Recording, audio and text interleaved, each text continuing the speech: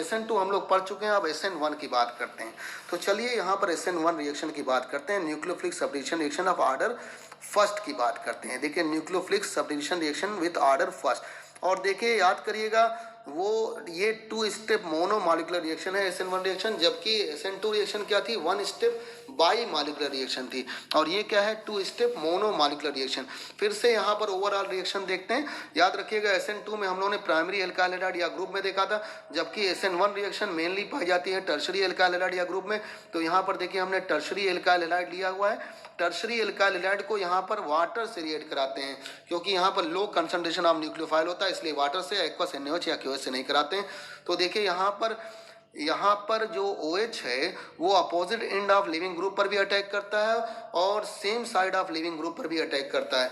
इसका मतलब यहाँ पर 2 तरह के प्रोडक्ट बनेंगे, इन्वर्जन और रिटेंशन, जबकि SN2 रिएक्शन में सिर्फ और सिर्फ इन्वर्जन प्रोडक्ट बना था, क्योंकि वहाँ पर जो OH माइनस है वो सिर्फ opposite end of leaving group पर अटैक करता था, वहाँ इन्वर्ट प्रोडक्ट बनता था। यहाँ पर इन्वर्ट प्रोडक्ट बनेगा और रिटेंशन प्रोडक्ट बनेगा, यानी इन्वर्जन भी बनेगा और रिटेंशन दोनों का फॉर्मेशन होगा, जबकि SN2 में सिर्फ इन्वर्जन रिएक्शन बना था। याद रखिए इन्वर्जन प्रोडक्ट ही बना था। अब इसके मैकेनिज्म की बात करते हैं। देखिए यहाँ पर CH3 और Cl कार्बन से लगा हुआ है, और सब बताइए Cl माइनस बाहर निकल जाता है, स्लो प्रोसेस है, और कार्बोनियम आयन इंटरमीडिएट बनता है। याद रखिएगा इसका मतलब SN1 रिएक्शन में कौन सा इंटरमीडिएट बनेगा, कार्बोनियम आयन इंटरमीडिएट बनेगा, जबकि SN2 रिएक्शन में कौन सा इंटरमीडिएट बना था, ट्रांजिशन स्टेट इंटरमीडिएट बना था। और यहाँ पर कौन सा इंटरमीडिएट बन रहा है, कार्बोनियम आयन इंटरमीडिएट का फॉर्मेशन हो रहा है।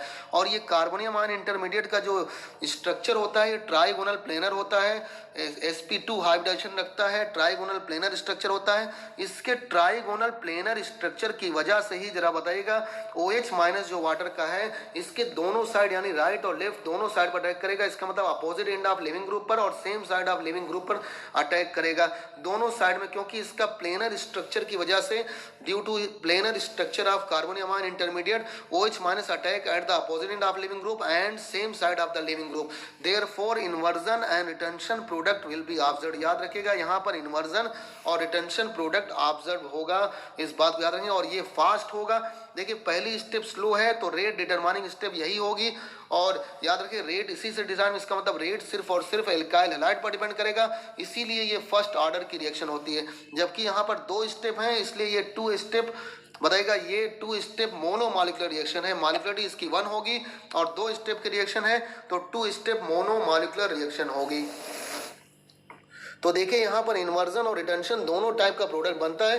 अब रेट ऑफ SN1 रिएक्शन की बात करते हैं, तो यहाँ पर इंटरमीडिएट कार्बोनियम आयन है, तो आप stability of carbonium ion intermediate देखेंगे, और कार्बोनियम आयन इंटरमीडिएट को मेनली स्टेबिलिटी जो निकालते हैं हाइपर कॉन्जुगेशन की वजह से निकालते हैं, और कभी कभी रेजोनेंस से भी निकालते हैं। तो हाइपर कॉन्जुगेशन के बेसिस पर हम लोग कार्बोनियम आयन की स्टेबिलिटी निकालेंगे, और रेट ऑफ SN1 रिएक्शन जो होगा stability of carbonium ion intermediate के डायरेक्टली प्रोपोर्शनल टू होगा।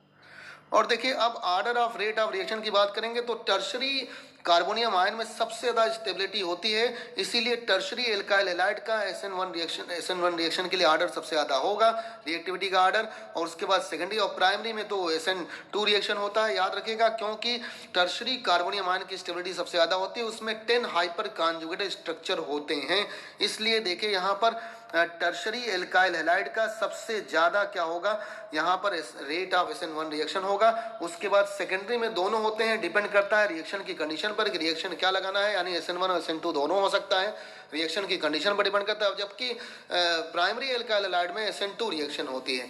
अब देखिए यहाँ पर टर्शरी कार्बोनियम आयन से फ्लोरीन लगा हुआ है, क्लोरीन लगा हुआ, ब्रोमीन लगा हुआ, आयोडीन लगा हुआ, किसकी rate of reaction SN1 reaction के लिए ज़्यादा होगी, तो याद रखिएगा टर्शरी आयोडाइड की ज़्यादा होगी, क्योंकि टर्शरी आयोडाइड जो माइनस होता है वो स्ट्रांग लिविंग ग्रुप होता है। इसी तरह से हम लोगों ने SN2 में भी देखा था RF, RCl, RBr और RI में RI का सबसे ज़्यादा रेट ऑफ SN2 रिएक्शन होता है, क्योंकि I माइनस जो होता है स्ट्रांग लिविंग ग्रुप होता है। तो यहाँ पर भी सबसे ज़्यादा किसका होगा, सबसे ज़्यादा होगा CH3I का। याद रखिएगा सबसे ज़्यादा यहाँ पर रेट ऑफ रिएक्शन होगा, क्योंकि आयोडाइड माइनस जो होता है स्ट्रांग लिविंग ग्रुप होता है। याद रखिएगा I minus strong leaving group होता है। तो देखिए रेट रेट की बात करेंगे तो rate equal to minus d divide by d होता है, और यही होगा के आप याद रखिए के किसके सबस्ट्रेट के न्यूक्लियो कंसंट्रेशन के और न्यूक्लियोफाइल की कंसंट्रेशन की पावर 0 होगी। इसका मतलब जो रेट है SN1 रिएक्शन में वो सिर्फ किस पर डिपेंड करेगा, रेट डिपेंड करेगा सबस्ट्रेट के कंसंट्रेशन पर, न्यूक्लियोफाइल के कंसंट्रेशन पर ये डिपेंड नहीं करेगा। इसीलिए याद रखिएगा R इक्वल टू यहाँ पर K हो गया, एल्काइल हैलाइड का कंसंट्रेशन हो गया, एल्काइल हैलाइड का यहाँ पर कंसंट्रेशन हो गया, तो इसकी पावर क्या हो गई 1, तो आर्डर कितना हो गया 1 हो गया। इसीलिए इसको nucleophilic substitution reaction of order first कहते हैं, क्योंकि इसका आर्डर क्या आता है, फर्स्ट आता है। इस बारे में जो हम लोगों ने पढ़ा था वो उसकी सारी पॉइंट को क्लियर करते हैं, उन पॉइंट को लिखते हैं और उनके बारे में समझते हैं। देखिए सबसे पहली बात किया था हम लोगों ने, और याद रखिएगा SN1 reaction mainly found in tertiary alkyl halide या ग्रुप। SN1 रिएक्शन किस में पाया जाता है, सबसे मेनली बताइएगा टर्शरी एल्काइल हैलाइड या ग्रुप में, जबकि SN2 रिएक्शन हम लोगों ने देखा था मेनली किस में पाया जाता था, प्राइमरी एल्काइल हैलाइड या ग्रुप में, जबकि SN1 रिएक्शन किस में, टर्शरी एल्काइल हैलाइड या ग्रुप में। इसमें बताइए कार्बोनियम आयन इंटरमीडिएट बनता था और SN2 रिएक्शन में ट्रांजिशन स्टेट इंटरमीडिएट बनता था। देखिए rate of SN1 reaction only depends upon concentration of substrate. याद रखिएगा जो SN1 रिएक्शन का रेट है वो सिर्फ किस पर डिपेंड करता था, कंसंट्रेशन ऑफ सबस्ट्रेट पर। देखिएगा बिल्कुल से कंपेयर कर लीजिएगा इसको SN2 से। SN2 में जो रेट होती थी वो डिपेंड करती थी कंसंट्रेशन ऑफ सबस्ट्रेट पर भी और न्यूक्लियोफाइल पर भी, जबकि SN1 रिएक्शन में सिर्फ और सिर्फ सबस्ट्रेट पर डिपेंड करती है। इसीलिए बताइए आर्डर फर्स्ट की होती है और SN2 रिएक्शन आर्डर सेकंड की होती थी। देखिए तीसरा पॉइंट जो है वो जो हम लोगों ने क्लियर किया था, in this inversion as well as retention product are formed due to planar structure of carbonium ion intermediate। याद रखिएगा यहाँ पर इन्वर्जन और रिटेंशन दोनों प्रोडक्ट बनते थे। ऐसा क्यों होता था, क्योंकि कार्बोनियम आयन का जो प्लेनर स्ट्रक्चर होता था इसकी वजह से OH माइनस बताएगा opposite end of leaving group पर भी अटैक करता था और same side of leaving group पर भी अटैक करता था। तो देखिए यहाँ पर inversion as well as retention product are observe due to the planar structure of carbonium ion intermediate, जबकि याद रखिएगा SN2 रिएक्शन में हम लोगों ने देखा था सिर्फ और सिर्फ इन्वर्जन प्रोडक्ट वहां पर बना था, क्योंकि वहां पर ट्रांजिशन स्टेट इंटरमीडिएट होता था। देखिए अब favourable condition for SN1 reaction की बात करें, और favourable condition of SN1 reaction में presence of polar protic solvent होगा, जबकि याद रखिएगा SN2 रिएक्शन में हम लोगों ने देखा था, हमने कहा कि लगातार कंपेयर करिए इसको SN1 को SN2 से, तभी आपको याद होगा। तो SN2 रिएक्शन में हम लोगों ने देखा था presence of polar A protic solvent, जबकि यहाँ पर presence of polar protic solvent है।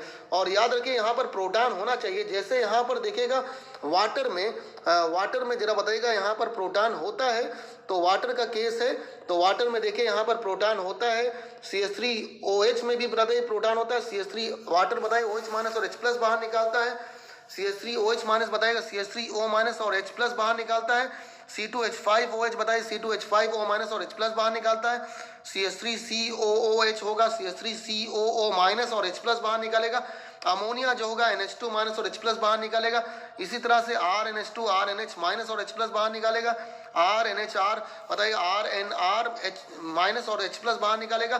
तो याद रखिएगा ये presence of polar protic solvent, यहाँ पर प्रोटॉन होगा, इसलिए बताइएगा यहाँ पर favourable condition for SN1 reaction में सबसे पहली कंडीशन है presence of polar protic solvent. दूसरी स्लाइड पर यहाँ पर देखते हैं, याद रखिएगा हम लोगों ने कहा था SN2 रिएक्शन में हाई कंसंट्रेशन ऑफ न्यूक्लियोफाइल होता था, इसीलिए हम लोगों ने वहां पर एक्वस NaOH या एक्वस KOH लिया था, जबकि यहाँ पर लो कंसंट्रेशन ऑफ न्यूक्लियोफाइल होगा, तो यहाँ पर वाटर हम लोग ले रहे हैं। तो याद रखिएगा SN2 रिएक्शन में हाई कंसंट्रेशन ऑफ न्यूक्लियोफाइल था और यहाँ पर लो कंसंट्रेशन ऑफ न्यूक्लियोफाइल है। और देखिए एक बात बता दें, SN2 रिएक्शन जो थी वो वाया बताएगा ट्रांजिशन स्टेट इंटरमीडिएट होती थी, जबकि SN1 reaction carried out via stable carbonium ion as intermediate. यानी SN1 रिएक्शन जो होगी किसके थ्रू होकर जाएगी, कार्बोनियम आयन इंटरमीडिएट के थ्रू होकर जाएगी। तो SN1 reaction carbonium ion intermediate के थ्रू होती है, जबकि SN2 reaction transition state intermediate के थ्रू होती है। बहुत सारी रिएक्शन में कार्बोनियम आयन इंटरमीडिएट होता है, ये SN1 रिएक्शन में भी कार्बोनियम आयन इंटरमीडिएट होता है। कार्बोनियम आयन की बताएगा स्टेबिलिटी को चेक करके यहाँ पर हम रेट डिसाइड करते हैं। देखिए if chiral carbonatum is present in SN1 reaction, then this is known as racemization or racemic mixture can be observed। याद रखिएगा अगर यहाँ पर SN1 रिएक्शन में कायरल कार्बोनेटम है, कायरल कार्बोनेटम वो कार्बोनेटम होता है जिससे लगे हुए सारे ग्रुप क्या होते हैं, अलग होते हैं। तो सारे ग्रुप बताए डिफरेंट डिफरेंट होते हैं। तो याद रखिए अगर SN1 रिएक्शन में कायरल कार्बन एटम है तो यहाँ पर रेसिमाइजेशन होगा, इसका मतलब रेसिमिक मिक्सचर का फॉर्मेशन होगा। रेसिमिक मिक्सचर क्या होता है, जैसे आपने पीछे याद करिएगा SN2 रिएक्शन में देखा था, वहां पर कायरल कार्बन एटम हुआ था तो वाल्डेन इन्वर्जन हुआ था। वाल्डेन इन्वर्जन में D से L फॉर्म में या L से D फॉर्म में आते हैं, यानी डेक्स्ट्रो से लिवो में या लिवो से डेक्स्ट्रो में आते हैं। जबकि यहाँ पर रेसिमिक मिक्सचर में क्या होता है, D और L का मिक्सचर बनता है, यानी डी फॉर्म से या एल फॉर्म से अगर डी और एल का मिक्सचर बन जाए तो ऐसे मिक्सचर को बताइए, इसको कहते हैं रेसिमाइजेशन। और मिक्सचर क्या होगा, रेसिमिक मिक्सचर होगा। डेक्स्ट्रो और लियो रोटेटरी का मिक्सचर बनता है। देखिए जैसे यहाँ पर हमने सी से कार्बन से CH3 लगाया, C3H7 लगाया, C2H5 लगाया, तो ये टर्शरी कार्बोनियम आयन है, लेकिन इसके सारे बताइए ग्रुप क्या है, अलग अलग हैं। और Cl लगा हुआ है, इसका मतलब ये कायरल कार्बन एटम है। कायरल कार्बन एटम देखिए OH अटैक करता है, और यहाँ पर टर्शरी का केस है तो OH बताएगा opposite end of leaving group पर भी अटैक करेगा और same side of leaving group पर भी अटैक करेगा। तो एक तरफ देखिए यहाँ पर क्या होता है, एक तरफ देखिएगा क्लॉकवाइज रोटेशन होता है, तो इसका मतलब डी बताइए क्लॉकवाइज रोटेशन में डी फॉर्म आता है।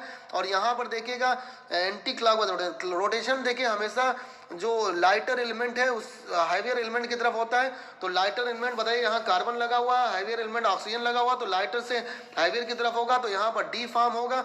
और यहाँ पर क्या होगा, लाइटर से हाइवियर की तरफ जाएगा तो एल फॉर्म होगा। तो क्लॉकवाइज में डी फॉर्म और बताएगा एंटी क्लॉकवाइज में एल फॉर्म। इस तरह से यहाँ पर इन्वर्जन और रिटेंशन दोनों प्रोडक्ट बनता है और डीएल मिक्सचर का फॉर्मेशन होता है। कौन से मिक्सचर का फॉर्मेशन होता है, डीएल मिक्सचर का फॉर्मेशन होता है। तो देखिएगा अगर कायरल कार्बन एटम है SN1 रिएक्शन में तो रेसिमाइजेशन होगा, रेसिमिक मिक्सचर ऑब्जर्व होगा, इसमें डी और एल दोनों फॉर्म होंगे। देखिए इसके आगे की स्लाइड में बात करते हैं। देखिए SN2 रिएक्शन और SN1 रिएक्शन हम लोगों ने पूरा कंप्लीट कर दिया। अब यहाँ पर देखिए सेकेंडरी एल्काइल हैलाइड की बात करते हैं कि अगर सेकेंडरी एल्काइल हैलाइड हो, since carbonium ion as well as transition state both can be stable in secondary alkyl halide, therefore it may undergoes either SN1 और SN2। याद रखिएगा कार्बोनियम आयन और ट्रांजिशन स्टेट दोनों इंटरमीडिएट स्टेबल होता है किसमें, secondary alkyl halide में। इसीलिए ये बताइए SN1 में भी जा सकता है, SN2 में, लेकिन डिपेंड किस पर करता है, डिपेंड करता है रिएक्शन की कंडीशन पे। याद रखिएगा हम लोगों ने favourable condition for SN2 reaction दिखाया था, presence of polar aprotic solvent और हाई कंसंट्रेशन ऑफ न्यूक्लियोफाइल। और बताएगा दूसरा हम लोगों ने बताएगा favourable condition for SN1 reaction के लिए दिखाया था, presence of polar protic solvent और लो कंसंट्रेशन ऑफ न्यूक्लियोफाइल। इस पर ये डिपेंड करेगा। जैसे देखिए यहाँ पर ये सेकेंडरी एल्काइल हैलाइड हम लोगों ने दिया है, साइक्लोहेक्सेन से बताइए Cl और H लगा हुआ है, सेकेंडरी एल्काइल हैलाइड है। यहाँ पर आयरो पर NaBr और एसीटोन लिया गया है। NaBr और देखिए एसीटोन जो है पोलर ए प्रोटिक सॉल्वेंट है, तो पोलर ए प्रोटिक सॉल्वेंट है तो यहाँ पर देखिएगा इन्वर्जन प्रोडक्ट ऑब्जर्व होगा, तो Cl की जगह पर H लग गया और H की जगह पर क्या लग गया, Br। सब्स्टिट्यूशन हुआ यहाँ पर, लेकिन बताइएगा कौन सा SN2 रिएक्शन है तो ट्रांजिशन स्टेट के थ्रू होगा। और क्या यहाँ पर बताइएगा कौन सा इन्वर्जन प्रोडक्ट ऑब्जर्व हो गया, क्योंकि यहाँ पर SN2 रिएक्शन बन रही थी। अब देखिएगा यहाँ पर फिर से हम लोगों ने सेकेंडरी एल्काइल हैलाइड दिया है, लेकिन एरो पर इस बार हम लोगों ने Na और H2O लिया है। तो एरो पर जो इस बार लिया गया है सब्स्टिट्यूशन हम लोग करा रहे हैं, Cl की जगह पर I लगेगा, लेकिन H2O है। H2O बताएगा पोलर प्रोटिक सॉल्वेंट है, इसका मतलब ये प्रोटॉन दे सकता है। तो यहाँ पर SN1 रिएक्शन होगी, यानी nucleophilic substitution reaction of order first होगी। तो nucleophilic substitution reaction of order first होगी तो कौन सा इंटरमीडिएट यहाँ स्टेबल होगा, यहाँ पर कार्बोनियम आयन इंटरमीडिएट स्टेबल होगा। इससे देखिए हमको इन्वर्जन प्रोडक्ट भी मिला, यानी Cl की जगह पर H लग गया और H की जगह पर I लग गया। और बताइएगा रिटेंशन प्रोडक्ट में Cl की जगह पर देखिए I लगा और H अपनी जगह पर ही रहा। तो इसका मतलब यहाँ पर इन्वर्जन और रिटेंशन दोनों प्रोडक्ट ऑब्जर्व हो गए, क्योंकि बताइए SN1 रिएक्शन है। तो देखिए carbonium ion as well as transition state intermediate both can be stable in secondary alkyl halide. याद रखिएगा कार्बोनियम आयन और ट्रांजिशन स्टेट इंटरमीडिएट दोनों सेकेंडरी एल्काइल हैलाइड में स्टेबल होते हैं। इसीलिए यहाँ पर SN1 और SN2 दोनों हो सकता है, डिपेंड करता है रिएक्शन की कंडीशन पर, एरो पर क्या लगा हुआ है। जैसे NaBr लगा हुआ था, Br Cl को सब्स्टिट्यूट करेगा, लेकिन एसीटोन लगा हुआ है तो SN2 रिएक्शन होगी। तो यहाँ पर सिर्फ इन्वर्जन प्रोडक्ट ऑब्जर्व हुआ था, दूसरे वाले में H2O लगा हुआ है तो सब्स्टिट्यूशन होगा, यहाँ पर इन्वर्जन और रिटेंशन दोनों प्रोडक्ट ऑब्जर्व हुए। इस SN1 रिएक्शन को पूरी तरह से कंप्लीट किया और बताया SN1 रिएक्शन मेनली किसमें, टर्शरी एल्काइल हैलाइड या ग्रुप में होगी। और SN1 रिएक्शन में सिर्फ डिपेंड करती है किससे, एल्काइल हैलाइड पर, न्यूक्लियोफाइल पर डिपेंड नहीं करती है। यहाँ पर इन्वर्जन और रिटेंशन दोनों प्रोडक्ट ऑब्जर्व होते हैं। ऐसा क्यों होगा? Due to planar structure of carbonium ion intermediate, favourable condition दिखाया हम लोगों ने, presence of polar protein solvent और साथ साथ low concentration of nucleophile. SN1 reaction carried out via stable carbonium ion intermediate. और अगर कायरल कार्बन एटम प्रेजेंट है तो यहाँ पर रेसिमिक मिक्सचर ऑब्जर्व होगा जिसमें D और L का मिक्सचर बनेगा। और इसके बाद हम लोगों ने बताया कि कार्बोनियम आयन और ट्रांजिशन स्टेट दोनों स्टेबल होता है किसमें? सेकेंडरी एल्काइल हैलाइड में। इसीलिए secondary alkyl halide SN1 reaction और SN2 रिएक्शन दोनों शो कर सकती है। ये डिपेंड करता है कि एरो पर कंडीशन क्या लगी हुई है। अगर एरो पर बताएगा पोलर ए प्रोटीन की कंडीशन लगी हुई है तो SN2 रिएक्शन होगा, और अगर पोलर प्रोटीन की कंडीशन लगी हुई है तो SN1 रिएक्शन होगा। याद रखिएगा, इस तरह से यहाँ पर हम लोगों ने इस लेक्चर को कंप्लीट किया।